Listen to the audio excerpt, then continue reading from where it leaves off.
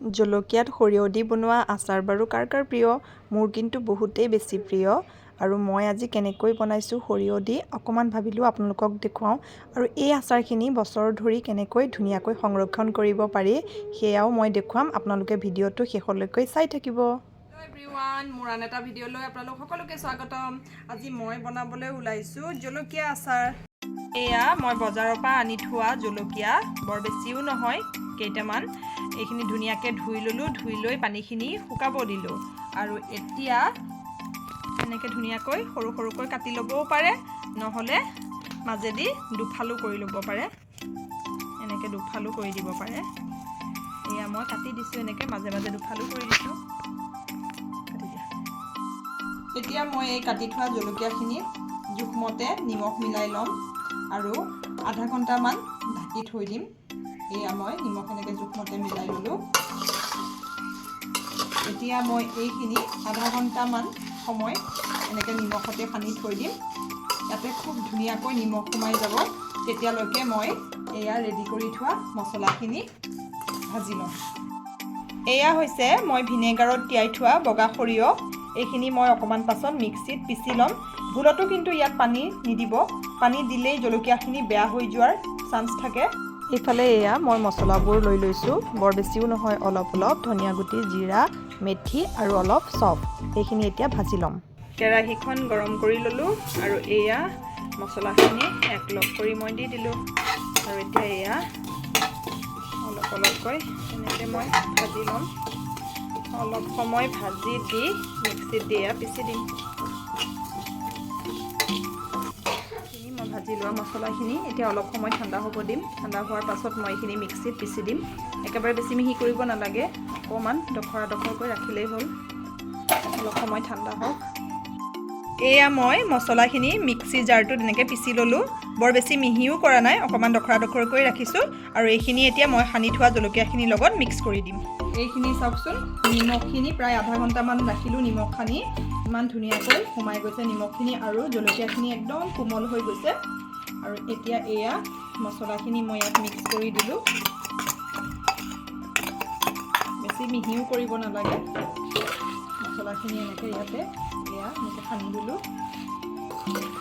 আৰু এতিয়া মই ভিনেগাৰত তিয়াই থোৱা সৰিয়হখিনি আকৌ মিক্সিতে পিচি ল'ম। পিচি লৈ ইয়াত মিক্স কৰি দিম। এয়া ভিনেগাৰত তিয়াই থোৱা সৰিয়হখিনি মই এনেকৈ মিক্সিৰ জাৰটোত দি দিলোঁ। অকণমানো পানী নিদিব। যদি পানী কম হোৱা যেন দেখে বা ডাঠ হৈ যায়, ভিনেগাৰহে দিব, অকণমানো পানী নিদিব। এইখিনিও বৰ বেছি মিহি কৰিব নালাগে, অকণমান ডখৰা ডখৰ হ'লেই বন্ধ কৰি দিব। এয়া মই সৰিয়হখিনি এনেকৈ মিক্সিৰ জাৰটোতে পিচি ল'লোঁ। এতিয়া এইখিনিও মই জলকীয়াত মিলাই আছোঁ, আপোনালোকক দেখুৱাই আছোঁ। এইখিনি ভিনেগাৰত তিয়াই থোৱা সৰিয়হখিনি ইয়াতে এনেকৈ মিক্স কৰি দিলোঁ। ইমান যে ধুনীয়া হয় খাবলৈ, আৰু এইখিনি একদম ইনষ্টেণ্ট খাব পাৰি। আৰু যিমানেই সময় পাৰ হ'ব সিমানেই খাই আৰু টেষ্টি হয়। যিহেতুকে ভিনেগাৰত তিয়াই থোৱা বৰ ধুনীয়া সুগন্ধ এটাও ওলাইছে। এতিয়া মই এইখিনি ভালদৰে এনেকৈ মিক্স কৰি ল'ম। এইখিনি দেখিছেনে কি ধুনীয়াকৈ মই সানি ল'লোঁ। আৰু একদম এয়া জলকীয়াৰ মাজে মাজে ধুনীয়াকৈ সোমাই গৈছে। আৰু ইমান যে বেছি সোৱাদ হয় এইখিনি খাবলৈ। আৰু ইয়াত এতিয়া মই মিক্স কৰিম গৰম তেল।